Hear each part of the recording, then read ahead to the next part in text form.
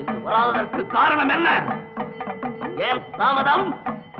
கால் கடக்க தவம் செய்திருக்கிறேன், உனக்கு வயிறு புடைக்க காவு கொடுத்திருக்கிறேன், பேய் போல் அலறுகிறேன், ஏன் வரவில்லை? வா வா! வரமாட்டாயா? களி அரசனும் மற்றவர்களும் உன் திருவுருவம் காண வருவார்களே, உன் பக்தனின் வார்த்தை பொய்யாவதா? வரமாட்டாய், வரமாட்டாய். வராவிட்டால் என் கழுத்தை உன் பாதத்திலே உருள வைப்பேன். சொல் சீக்கிரம்.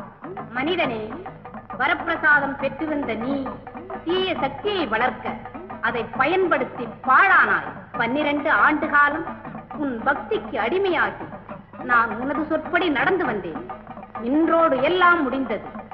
இனி என் வருகையும் இல்லை, என் அருளும் உனக்கில்லை.